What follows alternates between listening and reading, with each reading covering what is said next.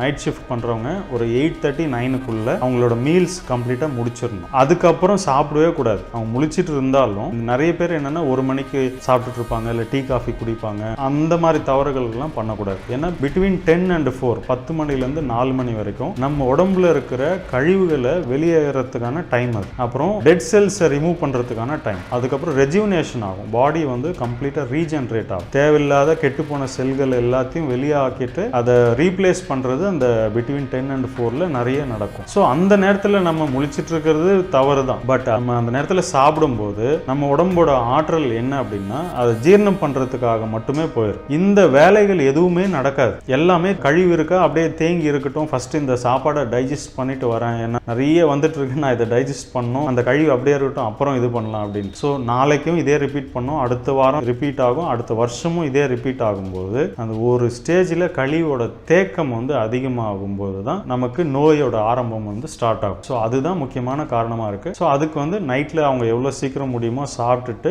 அதுக்கப்புறம் தண்ணி மட்டும் குடிச்சிட்டு எவ்வளோ சீக்கிரம் அவங்க போய் தூங்க முடியுமோ தூங்கிட்டு, அது தூங்குறது கூட பார்த்தீங்கன்னா ஒரு 6 to 8 hours ரெஸ்ட் கிடைச்சது அப்படின்னா ஓரளவுக்கு காப்பாற்றிக்கலாம் அவங்க உடம்பை. நம்ம இயற்கை சொல்லித்தர விஷயம் என்ன, பால் எப்போ குடிக்கணும் அப்படின்னா பல்லு வளர வரைக்கும் தான் பால் குடிக்கணும். பல்லு முளைச்ச உடனே நீங்கள் மாடு பார்க்கலாம், கண்ணுக்குட்டியை வந்து தள்ளி விடும், வீனிங் பீரியட்னு சொல்லுவாங்க. ஸோ அப்போ என்ன அப்படின்னா பல்லு முளைச்சிருச்சுன்னா பால் குடிக்கக்கூடாது அப்படின்றது தான் ஒரு அண்டர்ஸ்டாண்டிங். நம்ம இன்ஸ்டிங்க்டாக நம்ம ஃபாலோ பண்ண வேண்டிய விஷயம். நீங்கள் பிறந்த குழந்தைங்களுக்கே பார்த்தீங்கன்னா ஃபர்ஸ்ட் மாட்டுப்பாலை வச்சிங்கன்னா துப்பும், எடுத்துக்க அக்செப்ட் பண்ணாது. நம்ம அதில் சீனி போட்டு ஏதோ பவுடர்லாம் போட்டு நம்ம ஃபீட் பண்ணி பழகிட்டோம். இப்போ நம்ம மாட்டுக்கு மடியில் சுரக்கிற பாலில் கால்சியம் புரோட்டீன் இருக்குன்னு சொல்கிறோம். மாடு முன்னாடி என்ன சாப்பிடுதுன்னு யாருமே ஏன் பார்க்கல. மாடு என்ன சாப்பிடுது? பிளான்ட் பேஸ்ட் ஃபுட்டு தான் சாப்பிடுது. தாவரங்கள்லேருந்து வர்றது தான் சாப்பிடுது. இலை, பில்லு அந்த மாதிரி சாப்பிட்டு அதுக்கு கால்சியம் வந்துருக்கு. ஸோ நம்ம வந்து அதுக்காக இலை, தலை, பில்லு சாப்பிடணும்னு கிடையாது. கீரை சாப்பிட்டா போதும். கீரை, பேரிச்சம்பழம், கேழ்வரகு மாவு, கம்பு மாவு, அத்திப்பழம், பாதாம் அத்தனையிலும் கால்சியம் இருக்குது. அந்த கால்சியம் வந்து நமக்கு போதுமானது. டைப் 1 டயபெட்டிஸ் 4 வயசு 5 வயசு குழந்தைங்களுக்கெல்லாம் இப்போ நம்ம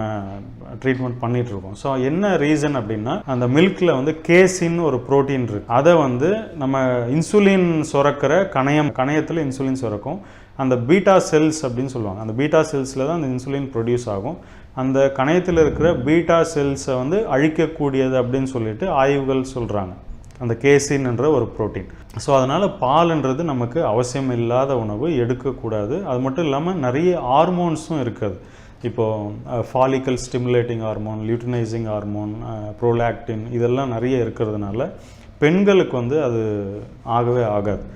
அவங்க உடம்புல ஹார்மோன்ஸ் இருக்கும், இதில் ஹார்மோன்ஸ் இருக்கும், ரெண்டு போய் கன்ஃபியூஸ் பண்ணிகிட்ருக்கும்.